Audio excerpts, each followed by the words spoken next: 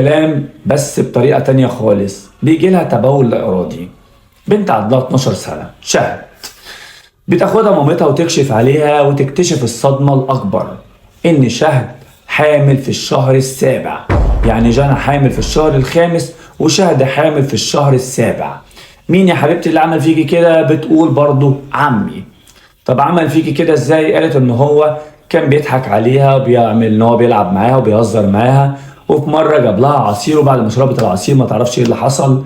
بتقول افتكرت لما انا قمت من العصير دوت او لما شربته لقيت ان في بلاد نازل من على رجلها. فبتحكي لمامتها عايزه تعرف الدم دوت عباره عن ايه او فمامتها بتقول لها مبروك يا حبيبتي انت بقيتي انسه.